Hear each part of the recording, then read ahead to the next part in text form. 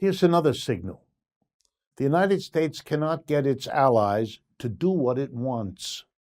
Its position as the dominant capitalist power, which really starts with the end of World War II, when all the competitor, potential and actual, were destroyed. The Japanese, the Germans, the British, the French, whoever, the Russians, they had been decimated by the war, not the United States.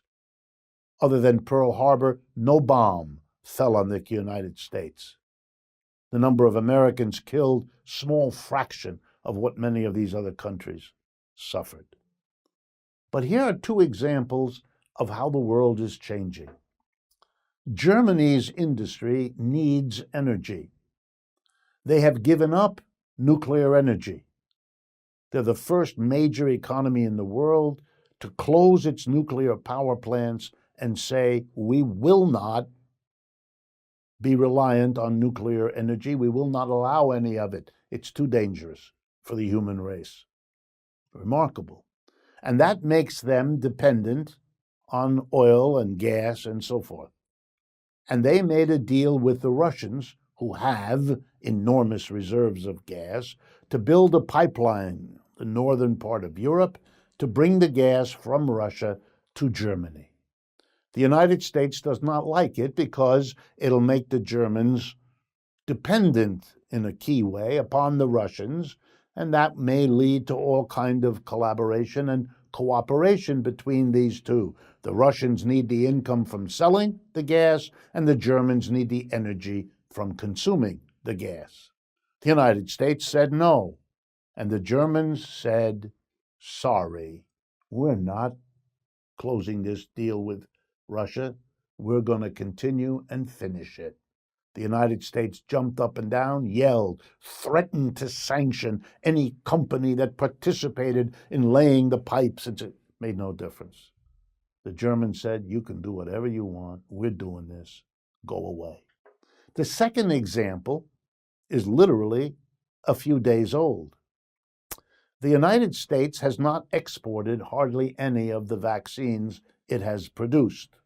In contrast, the Europeans are major global exporters of vaccine. So guess what?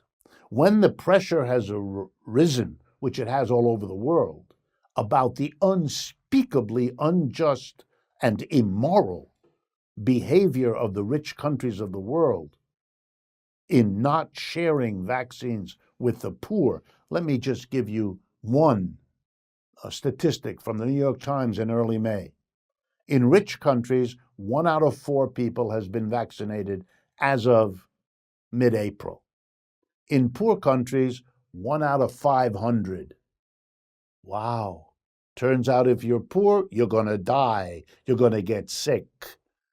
Whatever the morality is any of us endorses, doesn't make room for that, as far as I know. So a cry has been raised by the United Nations and by the vast majority of the world's countries. Share the information. Give us the formulas so that we can make a vaccine. Temporarily suspend your patent protection, because companies like Pfizer and Moderna and AstraZeneca that make vaccines have the formula. They have a patent. Patents mean you can't use the formula unless they give you permission, and you can pay them whatever they demand. They don't want it because they want to make a lot of money off of these vaccines. So at first the United States said, okay, well, we don't, but you need to give the private enterprise a mumble. But the pressure was too much, and Mr. Biden changed. He will allow a suspension of the patent on vaccines. The Europeans say, oh, no. You're only doing that because you don't export your vaccines. You don't have an external market that's important, so you don't mind sharing the vaccine because you can still control your own market, which is overwhelmingly served by your companies. No other vaccine in this country so far significant other than American produced. The Europeans are not in that situation. They don't want to share. They want their exports to provide the vaccine. They have a disagreement. They have a conflict. and they're not gonna budge. And they've told Mr. Biden, the power, the influence of the United States, not what it was in the past. Then there's the matter of 3 wars. Americans don't see their own participation in wars the way other countries do. So let me tell you how the vast preponderance of foreign newspapers, radio, television view the following 3 wars that the United States has been engaged in: Vietnam, Afghanistan, Iraq. Those are considered in the rest of the world defeats of the United States. It went in with a set of objectives it could not achieve, and it left before it had achieved those objectives. Therefore, it is a defeat.